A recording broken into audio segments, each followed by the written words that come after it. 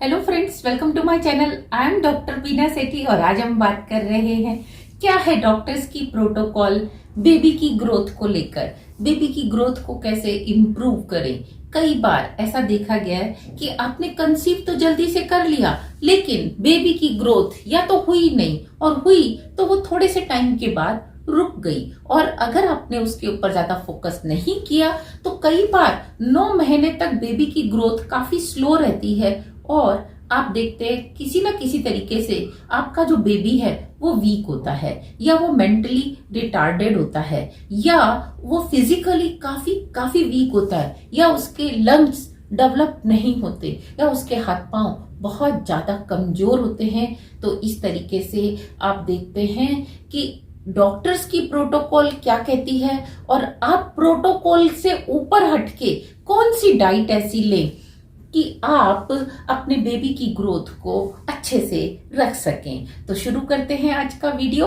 इसमें हम सबसे पहले आपसे बात करेंगे डॉक्टर्स के प्रोटोकॉल की। डॉक्टर्स का ये कहना है कि अगर आपके कॉन्जिक्यूटिव 3 अबॉर्शन हो गए हैं बेबी की ग्रोथ के कारण, यानी कि 1 भी नहीं 2 भी नहीं 3, अगर 3 बार आपको कॉन्टिन्यूसली ऐसा हुआ है तो वो आपको क्या करते हैं, जैसे ही आप प्रेग्नेंट होते हैं वो आपको प्रोजेस्टेरॉन के इंजेक्शंस या कैप्सूल्स देने लगते हैं। इसके लिए वो चेक करते हैं कि आपका प्रोजेस्टेरॉन का लेवल क्या है।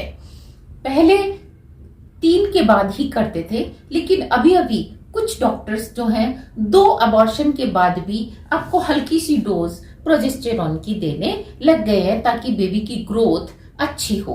आप अब इतना सुनने के बाद आप ये तो समझ ही गए होंगे कि बेबी की ग्रोथ के लिए प्रोजेस्टेरॉन हार्मोन वेरी इंपॉर्टेंट होता है।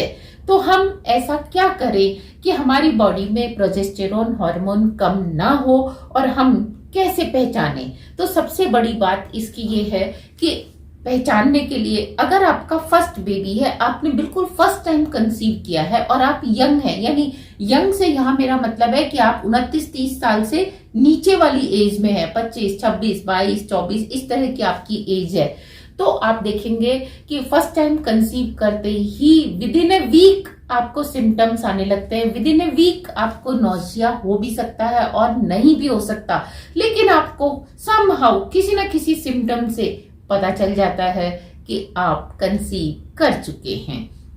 लेकिन अगर आपको वो देर से हो रहा है पता, या आपका पहले ट्रीटमेंट चला है फिर आपने कंसीव किया है, तो आपको ये जो सिम्टम है ये थोड़ी देर से आते हैं। इसी तरीके से अगर आपने सेकेंड टाइम या थर्ड टाइम कंसीव किया है तो आपको ये सिम्टम देर से आते हैं, क्योंकि आपकी ब्लड में पहले से ही हॉर्मोन्स होते हैं और आप उसके यूज टू हो चुके होते हैं, तो आपको उसका इम्पैक्ट पता नहीं चलता जब तक कि बहुत ज्यादा अमाउंट में वो हॉर्मोन्स ना आ जाएं। तो यहाँ आप समझ गए कि अगर आपको सिम्टम्स जल्दी आ रहे हैं इट मीन्स आपका प्रोजेस्टेरॉन लेवल जो है वो ऑलमोस्ट ठीक है। लेकिन अगर आपका एक बार भी ऐसा हुआ है कि बेबी कंसीव तो हुआ लेकिन उसकी ग्रोथ ही नहीं हुई, 2-4 दिन बाद ही केवल डॉक्टर्स को क्या लगा कि 15 दिन हो गए ग्रोथ नहीं हो रही, अल्ट्रासाउंड में कहीं नहीं दिख रहा, तो वो आपको ट्रीटमेंट देते हैं, मेडिसिन देते हैं और आपका अबॉर्शन कर देते हैं और कभी कभी वो सिंपल डीएनसी भी करते हैं और आपका अबॉर्शन कर देते हैं। तो यहाँ आपको हम डाइट के ऊपर फोकस करने वाले हैं कि अगर आपका फर्स्ट ट्राइमेस्टर बहुत अच्छे से निकला है उस केस में भी, और अगर आप अभी फर्स्ट ट्राइमेस्टर में हैं तो ऐसी कौन सी डाइट खाएं कि जो आप समझेंगे कि आपके बेबी के लिए बहुत ही इंपॉर्टेंट होने वाली है। तो सबसे पहले डेयरी प्रोडक्ट आप पे लेने हैं।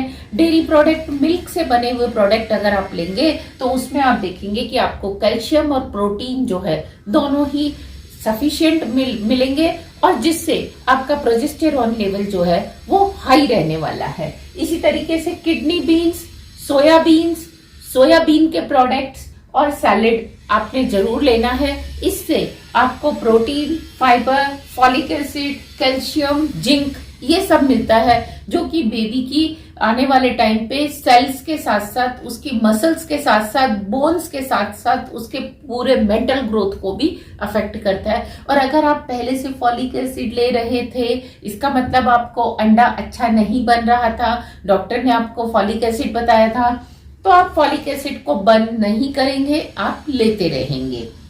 इसके बाद है स्पिनेच एंड ब्रोकली।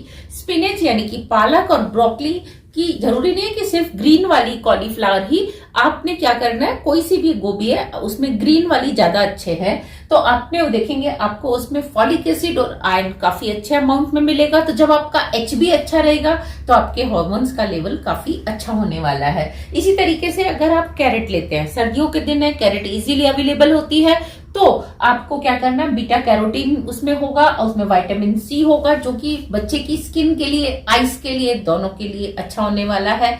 लेकिन आप जानते हैं टमाटर तो पूरे साल आते हैं आजकल, तो आप अगर टमाटर लेंगे तो उसमें ल्यूटिन होता है, लाइकोपिन होता है, जो कि एनर्जी के लिए और आइस के लिए बहुत ही अच्छा होता है। तो आप अगर बेबी की ग्रोथ बिल्कुल अच्छी चाहते हैं तो ये जो हम आपको डाइट बता रहे हैं इसको आप डेली डाइट में इन्वॉल्व करिए। साथ में आप देखेंगे सीड्स का मेरा मतलब ये नहीं है कि सिर्फ आपने कॉस्टली वाले ऑर्गेनिक सीड्स ही लाके खाने हैं, नहीं, किसी भी सब्जी में सीड्स जो कि खाए जा सकते हैं, जैसे कि बॉटल गॉर्ड घिया, जैसे कि तोरई, जैसे कि बिटर गॉर्ड करेला, जैसे कि टिंडे, ये सारी चीजें, भिंडी, लेडी फिंगर, इसको आपने जरूर खाना है, जिसके बीज आप खा सकते हैं या जिसके बीज फ्रूट्स में आप खा सकते हैं, जैसे कि अनार, जैसे अमरूद। तो इस तरीके के फ्रूट जिसके बीज आप खा सकते हैं वो अपने फ्रूट्स और वेजिटेबल जरूर लेनी है। तो इससे आपको क्या मिलने वाला है, साथ में आप अलसी के सीड्स ले सकते हैं, आप पम्पकिन के ले सकते हैं, आप सूरजमुखी के ले सकते हैं, सनफ्लावर के। इसमें आपको ओमेगा 3 फैटी एसिड्स भी मिल जाते हैं, जो कि बेबी के हार्ट के लिए और आपके हार्ट के लिए, दोनों के लिए अच्छे होते हैं। आप ड्राई फ्रूट सोक करके जरूर लीजिए। यहाँ हम आपको सोक करने का तरीका बताएंगे कि कुछ लोग क्या करते हैं, ड्राई फ्रूट लिया और पानी के गिलास में डाल दिया, ऐसा बिल्कुल नहीं करना है। आपने क्या करना है, ड्राई फ्रूट लेके उसको 1 या 2 बार हल्के पानी से धो लेना है, वॉश करने के बाद, ताकि उसके ऊपर जो एक्स्ट्रा डस्ट लगी हुई है वो हट जाए। फिर आप गिलास में पहले ड्राई फ्रूट डालिए और फिर इतना ही पानी डालिए कि वो ड्राई फ्रूट जो है वो डिप हो जाए, और इसको 2-3 घंटे से ज्यादा भी डिप करने की जरूरत नहीं है। यानी कि अगर आप ओवरनाइट करना भूल गए हैं तो कोई दिक्कत नहीं है, आप मॉर्निंग में उसको डिप कर दीजिए और 2-3 घंटे बाद आप उसको खा सकते हैं। तो ये आपके लिए बहुत अच्छा होने वाला है। और अगर हो सके तो आप कोकोनट मिल्क यानी कि नारियल पानी को भी आप अपनी डाइट में इन्वॉल्व करिए। बॉइल्ड एग, अगर आपको एक बार ऐसी प्रॉब्लम हो चुकी है कि बेबी की ग्रोथ अच्छी नहीं हुई थी, तो हम आपको बताएंगे कि आप बॉइल्ड एग जरूर लीजिए। बॉइल्ड एग से आप देखेंगे आपकी बेबी की ग्रोथ बहुत अच्छी होती है। इसी तरीके से ऐसी सारी वेजिटेबल प्लस ऐसी सारी फ्रूट्स जिसमें विटामिन C है वो आपने जरूर लेना है। और बेबी की ग्रोथ के लिए थोड़ी देर सूर्य देवता को नमस्कार करना पड़ जाए तो वो भी करिए। सुबह आधा घंटा आप धूप में बैठिए, आप देखेंगे थोड़ा सा अपनी बॉडी को एक्सपोजर दीजिए। विटामिन D की प्रेजेंस में आपके हार्मोन्स बहुत अच्छे बनने लगते हैं, कैल्शियम का एब्जॉर्प्शन होने लगता है, और कैल्शियम का एब्जॉर्प्शन होने से सारे के सारे आपके हार्मोन्स अच्छे बनने लगते हैं। तो अगर डाइट आप अच्छी खाएंगे तो हो सकता है आपको प्रोजेस्टेरॉन के इंजेक्शंस या कैप्सूल्स लेने की जरूरत ना पड़े। लेकिन अगर आपको डॉक्टर ने प्रेस्क्राइब किया है, आपके साथ ऐसा 2-3 बार 4 बार हो चुका है और डॉक्टर ने आपको प्रोजेस्टेरॉन बोला है, तो जिस अमाउंट में डॉक्टर ने बोला है कि आपने वीकली इंजेक्शन लेना है या वीक में 2 बार लेना है या एक दिन छोड़ के एक दिन लेना है, आप उसी हिसाब से इंजेक्शन लीजिए। इसमें बिल्कुल कमी मत रखिए।